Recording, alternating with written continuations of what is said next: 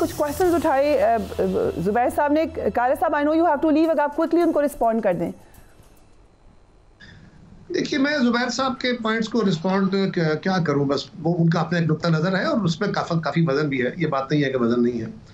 लेकिन एक बात जरूर ज़हन में रखिए, इस मुल्क में मदाखलत पहली दफा नहीं है।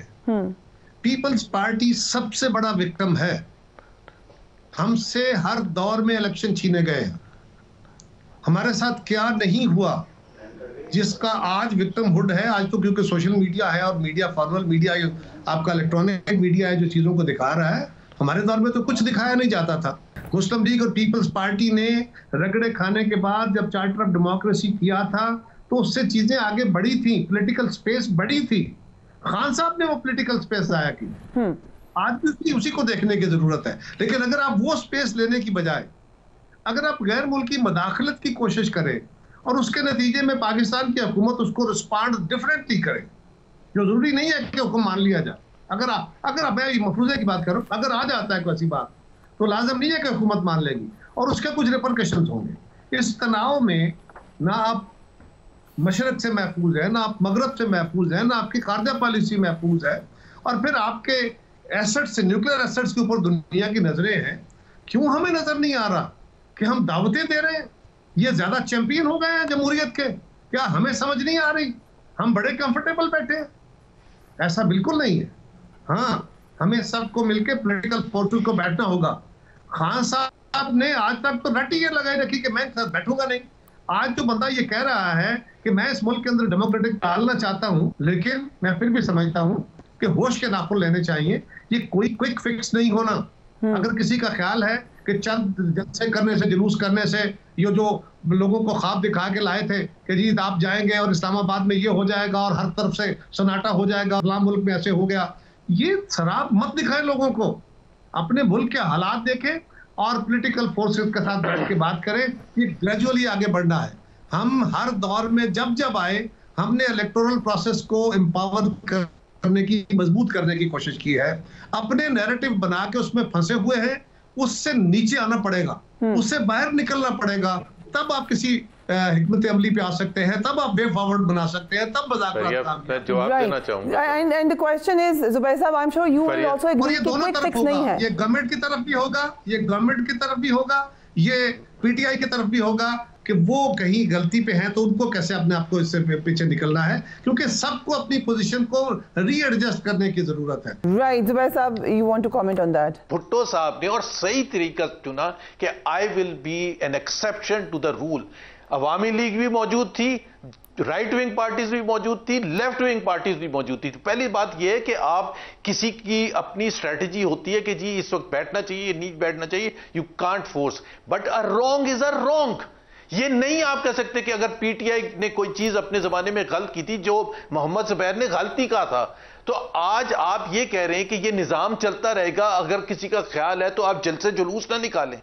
भाई जलसे जुलूस तो क्या पीएमएलएन नहीं निकालती थी? जलसे जुलूस पीपीपी नहीं निकालती थी? लॉन्ग मार्च नहीं किया था बिलावल भुट्टो ने? लॉन्ग मार्च क्या मरियम नवाज ने नहीं किया था? क्या इस्लामाबाद में हम जुलूस नहीं लेके जाते थे? कौन सा कंटेनर खड़ा होता था? कौन सा पुलिस वाला खड़ा होता था?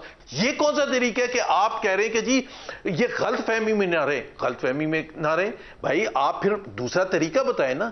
आप क्या 2024 का इलेक्शन इसी तरह से चलने देंगे? तो फिर अगर 2029 में भी दोबारा ये होगा तो फिर क्या पाकिस्तान ऐसे ही चलता रहेगा? मैं पीपल्स पार्टी की नहीं बात कर रहा, किसी की बात नहीं कर रहा, बट ये जो होता है कि जी रॉन्ग को इस वक्त रॉन्ग ना कहें, रॉन्ग को तो रॉन्ग ही कहना पड़ेगा, एहतजाज तो करना पड़ेगा। और पाकिस्तान के फंडामेंटल राइट्स हैं, पाकिस्तान का आइन हक देता है, तो ये तो अगर यही वापस ले लिया जाएगा, मैं यही तो कह रहा हूं। लेकिन उसके लिए पाकिस्तान के जो रूलिंग क्लास है, जो फैसला साजी करने वाले हैं, जिसमें पीएमएलएन सबसे सरे फहरिस्त है, पीपल्स पार्टी भी है, तो उनको भी तो सोचना चाहिए कि इसको ठीक करने का कोई तरीका है बिफोर एनीवन, ट्रंप हो या कोई और हो, वो प्रेशर डाले हमारे ऊपर। क्या ये अच्छा लगेगा कि आईएमएफ के ऊपर प्रेशर डालना शुरू हो जाए कि जी पाकिस्तान की, तो पाकिस्तान की मईशत को अगर अच्छा रखना है तो फिर अवाम के नुमाइंदों का मुंतखब होना सही तरीके से एक फंडामेंटल रिक्वायरमेंट होती है। ये तो पाकिस्तान के आइन का बेसिक बुनियादी हिस्सा है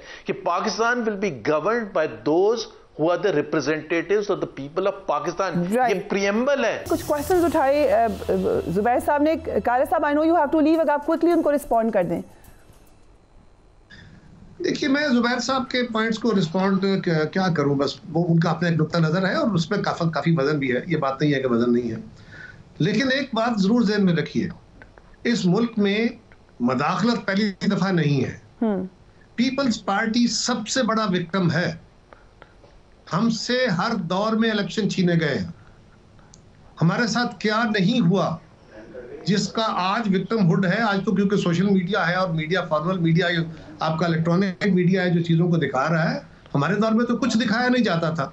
मुस्लिम लीग और पीपल्स पार्टी ने रगड़े खाने के बाद जब चार्टर ऑफ डेमोक्रेसी किया था तो उससे चीजें आगे बढ़ी थी, पॉलिटिकल स्पेस बढ़ी थी.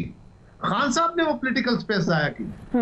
आज भी उसी को देखने की जरूरत है. लेकिन अगर आप वो स्पेस लेने की बजाय अगर आप गैर मुल्की मदाखलत की कोशिश करें और उसके नतीजे में पाकिस्तान की हुकूमत उसको रिस्पॉन्ड डिफरेंटली करे, जो जरूरी नहीं है कि हुक्म मान लिया जाए. अगर मैं मफरूजे की बात करूं, अगर आ जाता है कोई ऐसी बात तो लाजम नहीं है कि हुकूमत मान लेगी और उसके कुछ रिपरकशंस होंगे. इस तनाव में ना आप मशरक से महफूज है, ना आप मगरब से महफूज है, ना आपकी खारजा पॉलिसी महफूज है, और फिर आपके एसेट्स, न्यूक्लियर एसेट्स के ऊपर दुनिया की नजरें हैं. क्यों हमें नजर नहीं आ रहा कि हम दावतें दे रहे हैं? ये ज्यादा चैंपियन हो गए हैं जमहूरियत के? क्या हमें समझ नहीं आ रही? हम बड़े कंफर्टेबल बैठे हैं? ऐसा बिल्कुल नहीं है.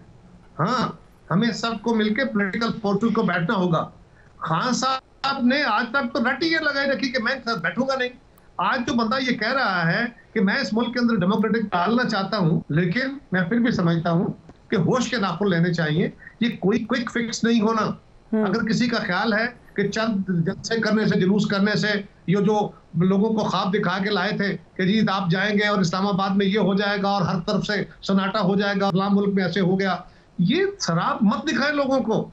अपने मुल्क के हालात देखें और पॉलिटिकल फोर्सेस के साथ बैठ के बात करें. ये ग्रेजुअली आगे बढ़ना है. हम हर दौर में जब आए हमने इलेक्टोरल प्रोसेस को एम्पावर करने की, मजबूत करने की कोशिश की है. अपने नैरेटिव बना के उसमें फंसे हुए हैं. उससे नीचे आना पड़ेगा, उससे बाहर निकलना पड़ेगा. तब आप किसी हिकमत अमली पे आ सकते हैं, तब आप वे फॉरवर्ड बना सकते हैं, तब मैं जवाब देना चाहूंगा. And the question is, Zubair साहब, I am sure you will also agree कि क्विक फिक्स नहीं है. ये गवर्नमेंट की तरफ भी होगा, ये गवर्नमेंट की तरफ भी होगा, ये पीटीआई की तरफ भी होगा कि वो कहीं गलती पे हैं तो उनको कैसे अपने आप को इससे पीछे निकलना है, क्योंकि सबको अपनी पोजीशन को रीएडजस्ट करने की जरूरत है. राइट, जुबैर साहब, you want to comment on that? Bhutto साहब ने और सही तरीका चुना कि I will be an exception to the rule. Awami League भी मौजूद थी, राइट विंग पार्टीज भी मौजूद थी, लेफ्ट विंग पार्टीज भी मौजूद थी. तो पहली बात यह है कि आप किसी की अपनी स्ट्रेटजी होती है कि जी इस वक्त बैठना चाहिए, नहीं बैठना चाहिए. You can't force, but a wrong is a wrong.